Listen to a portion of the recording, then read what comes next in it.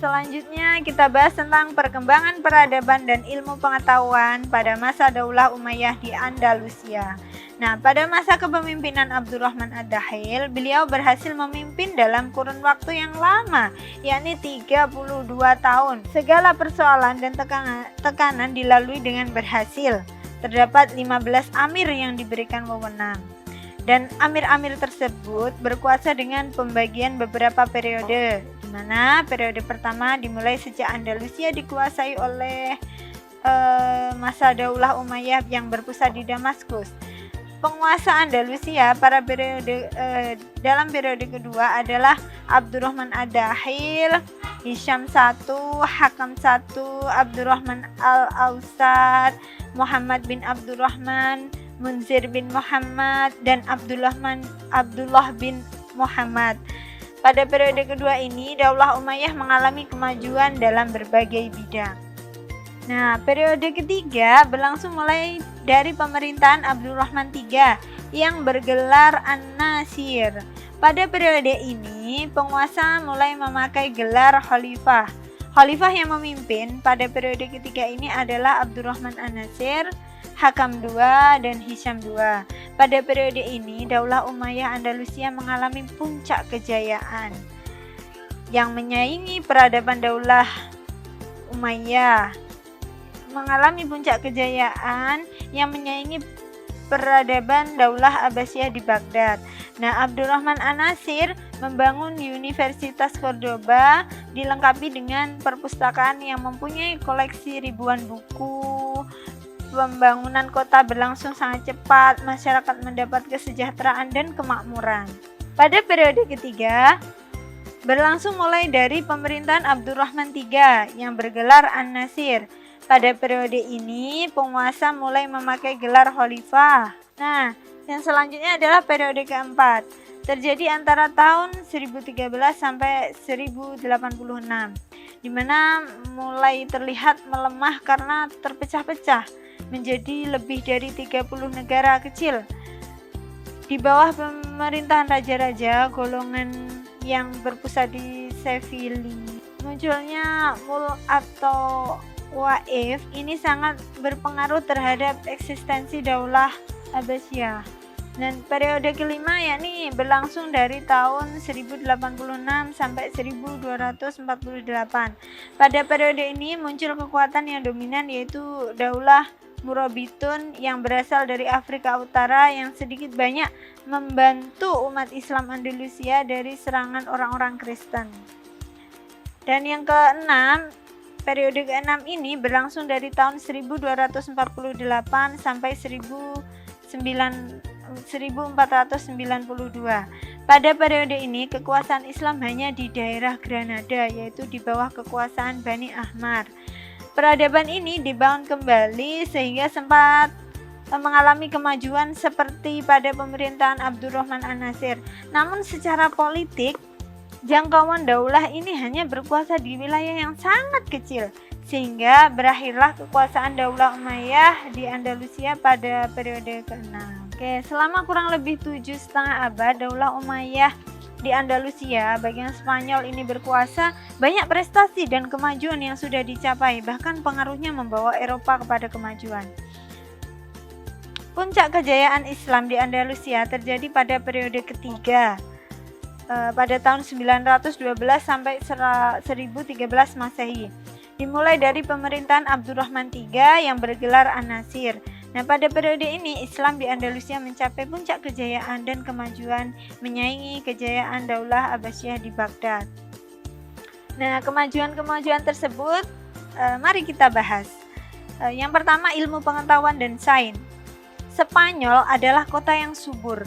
Kesuburannya mendatangkan penghasilan ekonomi yang tinggi dan banyak menghasilkan pemikir-pemikir berkualitas. Masyarakat Muslim Spanyol merupakan masyarakat yang majemuk, yang terdiri dari berbagai komunitas, antara lain Al-Muwaladun, yakni orang Spanyol yang masuk Islam, Barbar, orang yang berasal dari Afrika Utara, As-Saqalibah, penduduk daerah antara Konstantinopel dan Bulgaria yang menjadi tawanan Jerman dan kemudian dijadikan tentara bayaran. Dan di situ juga terdapat Yahudi, Kristen Muzarib yang berbudaya Arab. Semua komunitas itu memberikan saham intelektual terhadap terbentuknya lingkungan budaya Andalusia yang melahirkan kebangkitan ilmiah, sastra, dan pembangunan fisik di Spanyol. Nah, kemajuan ilmu pengetahuan dan sains yang dicapai pada masa ini antara lain filsafat, sains, fikih, dan masih banyak yang lainnya. Yang kedua, peradaban dan pembangunan. Banyaknya peningkatan monumental yang hingga sekarang masih bisa dilihat menjadi saksi sejarah akan perhatian yang sangat besar dari pemerintahan Daulah Umayyah Andalusia terhadap kemajuan pembangunan fisik. Salah satunya adalah sebagai berikut. Daerah Cordoba, yang pertama ini. Cordoba merupakan ibu kota Spanyol sebelum Islam, yang kemudian dikuasai oleh Daulah Umayyah. Nah, kota ini dibangun dan diperindah, taman dan jembatan dibangun dengan indah di atas sungai yang mengalir di tengah kota. Dan di sekitar ibu kota berdiri istana-istana megah yang semakin mempercantik kota Cordoba. Nah, kota Cordoba ini terdapat Masjid Cordoba, Masjid Raya Cordoba namanya. Ada juga istana dan syik di sana, dan keindahan di Cordoba semakin nyata manakala fasilitas-fasilitas umum dibangun dengan rapi, dilengkapi dengan saluran air yang panjangnya mencapai 80 km. Terdapat juga Al-Qasr dan Al-Kabir yang di dalamnya terdapat gedung-gedung istana yang megah. Terus Hafat merupakan istana yang dikelilingi oleh taman yang berada di sebelah barat Laut Cordoba. Sangat istimewa. Yang kedua, daerah Granada. Granada merupakan pusat pertahanan terakhir umat Islam di Spanyol. Arsitektur bangunannya sangat terkenal di seluruh Eropa. Di sana terdapat istana Alhambra yang indah dan megah dan merupakan pusat dan puncak ketinggian arsitektur di Spanyol kala itu. Kisah tentang kemajuan seni arsitektur terlihat juga dengan bangunan istana-istana megah lainnya seperti Istana Al-Ghaza, Menara Girilda, Al-Zahra, kota satelit di Bukit Sierra Monera, dan kota ini dilengkapi dengan masjid tanpa atap dan air mengalir di tengah masjid, sangat unik dan indah. Nah, faktor-faktor kemajuan yang dicapai Andalusia, yang pertama heterogenitas komposisi masyarakat tadi. Dengan komposisi masyarakat tadi, Andalusia mendorong terciptanya iklim intelektual yang maju. Islam datang dengan sangat toleransi yang begitu tinggi. Dengan semangat itu telah mengakhiri kezaliman keagamaan yang sudah berlangsung sebelum-sebelumnya.